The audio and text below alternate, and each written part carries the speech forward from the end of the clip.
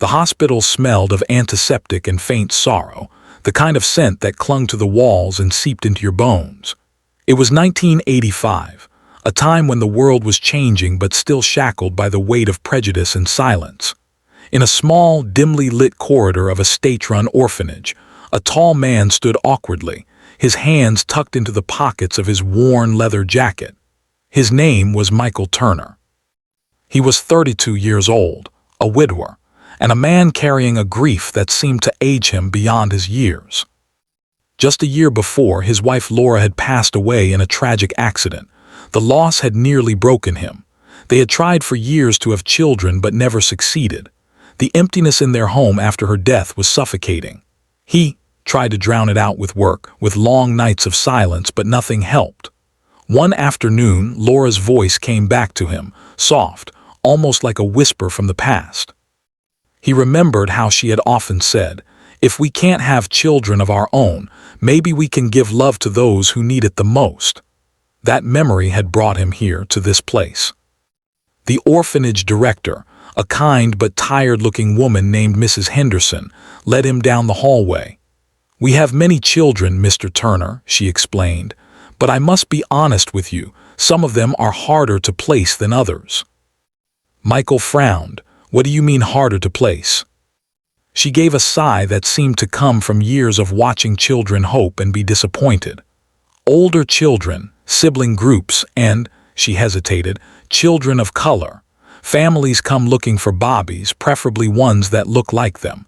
The others often grow up here. The words pierced him. He couldn't understand how someone could look at a child and see them as less deserving of love. But as she opened the door to the common room, his eyes landed on three little girls sitting close together in the corner. The oldest looked to be around 10. Her hair was braided neatly, but her eyes carried a guardedness far beyond her years. Beside her sat a smaller girl, maybe 6, with an infectious smile despite the sadness in her surroundings. And in the lap of the oldest was a baby, no more than 18 months old, clinging tightly to her sister's dress. "That's Angela, the oldest," Mrs. Henderson whispered. "The middle one is Rose and the baby is Lily. Their mother passed away and no one has come forward for them. Because they're a group, we've had trouble placing them." Angela looked up just then, her eyes meeting Michael's. For a moment, he saw a flicker of hope in her gaze, but it vanished as quickly as it appeared, replaced by suspicion. She had been disappointed too many times to believe someone would stay. Michael crouched down, ignoring the stiffness in his knees. "Hi," he said softly. "I'm Michael." Rose tilted her head curiously, her smile peeking through. "Are you here to take someone home?" He swallowed the lump in his throat. "I hope so." Angela tightened her hold on Lily. "We don't need anybody," she said firmly, but her voice betrayed her, strong on the outside, trembling underneath. That night Michael couldn't sleep. He thought of their faces, their voices, the way Angela shielded her sisters like a mother. By morning, the decision was clear. He didn't just want one of them. He wanted all three. The adoption process wasn't easy. In 1985, a single white man adopting 3 black girls raised eyebrows. He faced endless questions from social workers and neighbors. How will you raise them to know their culture? Do you understand the challenges they'll face? Are you prepared for what people will say? Each time he answered with honesty. "I don't know everything, I'll make mistakes, but I know love and I know commitment. I won't let them down." Months later, the paperwork was finalized. On a rainy afternoon in late October, Michael walked out of the courthouse with 3 daughters clinging to his hands. He loaded them into his old pickup truck, their few belongings in a box, and for the first time in years, his heart felt alive. The early years were hard. Angela struggled to trust him. She had spent too long playing the role of protector. She would often wake in the middle of the night to check on her sisters, whispering to them that she wouldn't let anyone take them away. Sometimes she even challenged Michael, daring him to prove he wasn't like the others who had left. But Michael never raised his voice, never gave up. Every night he sat on the floor beside their beds, reading stories until they drifted off. Rose adjusted more easily. She loved to laugh, to dance around the living room in her socks, to hug Michael out of nowhere. Lily, the baby, grew up knowing nothing but his arms. She called him Daddy before she even understood what the word meant. The world, however, wasn't always kind. In the grocery store, people stared. At church, whispers followed them down the pews. One afternoon at the park, another parent pulled their child away from playing with Rose. Michael saw the confusion in her little face, the way she asked, "Daddy, why don't they like me?" His heart broke, but he knelt down, holding her cheeks. "Some people don't understand yet, sweetheart, but we don't let their small hearts make our hearts small too." Through the years, Michael worked tirelessly. He wasn't wealthy, but he provided stability, education, and most importantly, love. He braided hair with clumsy fingers until he learned to do it right.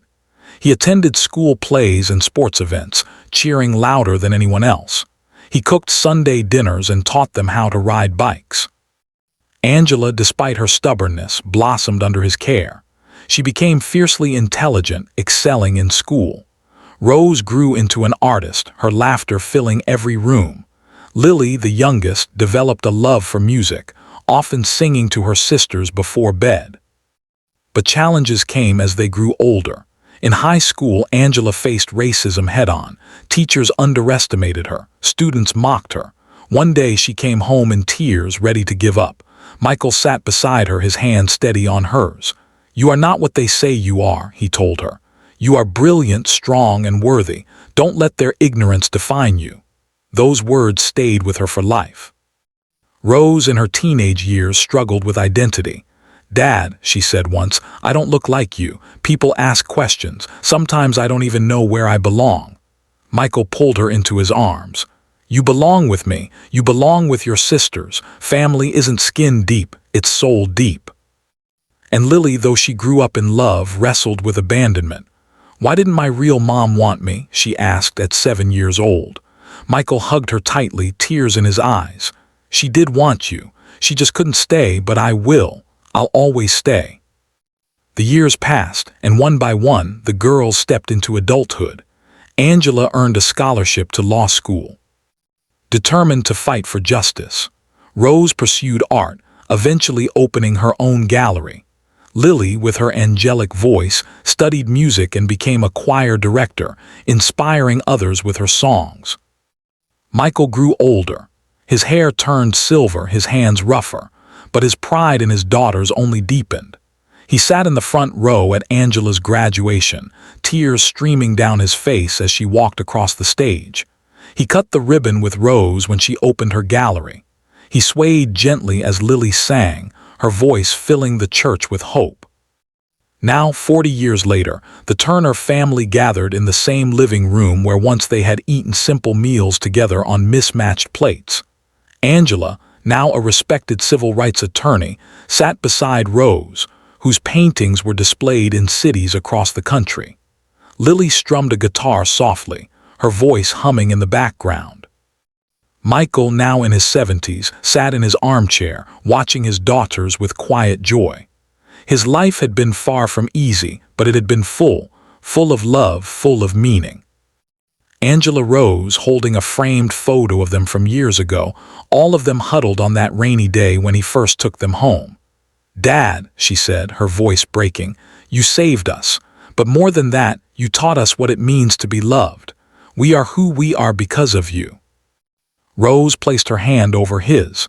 "You gave us a family." Lily knelt beside him, tears glistening in her eyes. "You kept your promise, you stayed." Michael's vision blurred as he looked at them, the women they had become, the lives they had built.